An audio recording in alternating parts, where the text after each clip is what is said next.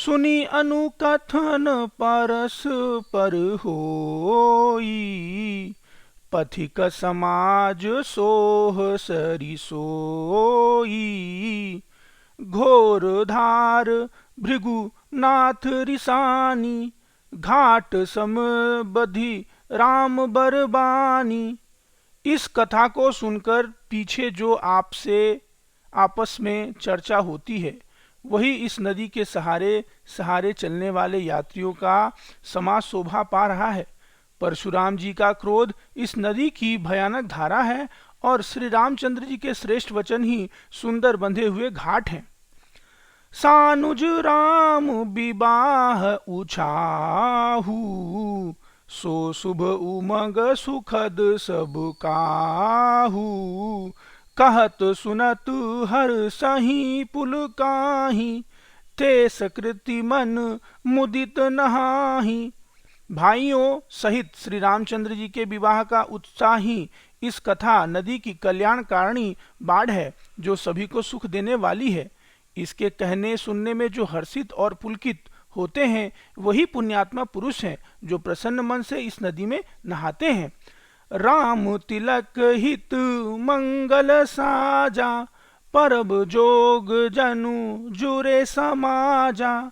कोई कुमति के कई केरी। परिजासु फल विपत घनेरी। श्री रामचंद्र जी के राज तिलक के लिए जो मंगल समाज सजाया गया वही मानो पर्वत के समय इस नदी यात्रियों के समूह इकट्ठे हुए हैं। केकई की कुबुद्धि ही इस नदी में कोई नहीं है जिसके फलस्वरूप बड़ी भारी विपत्ति आ पड़ी है।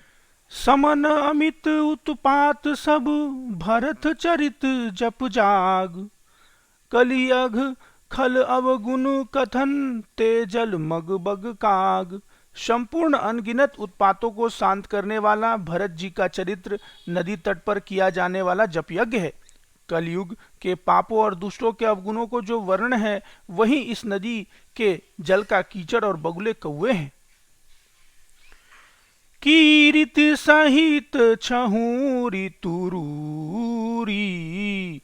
समय सुहावन पावन भूरी। हिम हिम शैल सुता शिव ब्याहु। शिशिर सुखद प्रभु जन्म उछाहु। यह कीर्ति रूपनी नदी छहों ऋतुओं में सुंदर है। सभी समय इस परम सुहावनी और अत्यंत पवित्र है। इसमें शिव पार्वती जी का विवाह हेमंत ऋतु है। श्री रामचंद्र जी के जन्म का उत्सव सुखदायी शिशिर ऋतु है। बरनब राम विवाह समाजू। सो मृदु मंगलमय ऋतुराजू। ग्रीष्म दुसह राम बन गवनु। पंथ कथा खर आपत पवनु। श्री रामचंद्र जी के विवाह समाज का वर्णन ही आनंद मंगल रूप ऋतुराज वसंत है।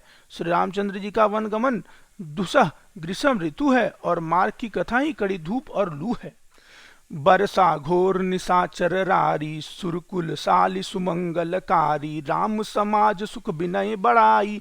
विशद सुखद सोई सदर सुहाई। राक्षसों के साथ घोर युद्ध की ही वर्षा ऋतु है जो देवकुल रूपी दान के लिए सुंदर कल्याण करने वाली है। रामचंद्र जी के राज्य काल का जो सुख और विनम्रता और बड़ाई है वही निर्मल सुख देने वाला सुहावनी शरद ऋतु है। सती शिरोमणिष्य गुण गाथा। सोई गुण अमर अमल अनुपम पाथा। भरत सुभाऊ सुसित सुतिलताई। सदा एक रस बरन न जाई। सती शिरोमणि श्री सीता जी के गुणों की जो कथा है वही इस जल का निर्मल और अनुपम गुण है। श्री भरत जी का स्वभाव इस नदी के सुंदर शीतलता है जो सदा एक सी रहती है और जिसका वर्णन नहीं किया जा सकता। अवलोकनी बोलनी मिलनी। प्रीति परस परहास। भायो भाल चहु बंध की। जल माधुरी बसुबास। चारों भाइयों का परस्पर देखना बोलना मिलना एक दूसरे से प्रेम करना हंसना और सुंदर भाईपन का इस जल की मधुरता और सुगंध है। आरती विनय दीनता मोरी, लघुता ललित सुबारी नथोरी, अद्भुत ससिल सुनत गुणकारी, आस पियास अनमोल अनमोल हारी। मेरा आत्मभाव विनय और दीनता इस सुंदर और निर्मल जल का कल हकलापन नहीं है, अर्थात अत्यंत हल्कापन है। यह जल बड़ा ही अनोखा है, जो सुनने में ही सुंदर करता है और आशा रूपी प्यासों और मन को मैल को दूर करता है। राम सुप्रेम ही पोषत पानी, हरत सकल कलि कलुष कलुष गलानी, भवश्रम शोषक तोषक तोषा, समन दूरित दुख दारिद दोषा।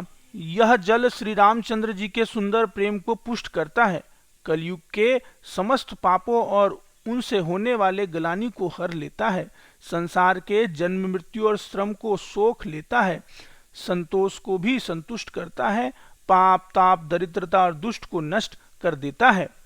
काम कोह मद मोह नसावन, बिमल विवेक विराग बढ़ावन, सादर मज्जन पान पान किए ते, मिटत ही पाप परिताप ही एते। यह जल काम क्रोध मद और मोह का नाश करने वाला, निर्मल ज्ञान और वैराग्य बढ़ाने वाला। इसमें आदर पूर्वक स्नान करने से और इसे पीने से हृदय में रहने वाले सब पाप ताप मिट जाते हैं। जीन अही बारी न मानस घोए, ते कायर कलिकाल वियोग वियोगे, त्रिषित निरखी रवि कर भव भारी, फिर ही मृग जिम जीव दुखारी। जिन्होंने इस राम सुयस रूपी जल से अपने हृदय को नहीं धोया, वे कायर कलिकाल के द्वारा ठगे गए। जैसा प्यासा हिरण सूर्य की किरणों में के रेत पर पड़ने से उत्पन्न हुए जल के भ्रम को वास्तव जल समझकर पीने को दौड़ता है और जल न पाकर दुखी होता है, वैसे ही वे कलयुग से ठगे हुए भी जीव भी विषयों के पीछे भटक कर दुखी होंगे। मति अनुहारी सुबारी गुण, गन गिन मन अनवाह, सुमेरे भवानी शंकर ही कह कवि कथा सुरहाय। अपनी बुद्धि के अनुसार इस सुंदर जल के गुणों के विचार कर उसमें अपने मन को स्नान कराकर और श्री भवानी शंकर जी का स्मरण करके कवि तुलसीदास सुंदर कथा कहते हैं। अब रघुपति पद पंकरहु हिये धरि पाई प्रसाद, कहूँ जुगल मुनि बर कर मिलन शुभंग सवा संवाद।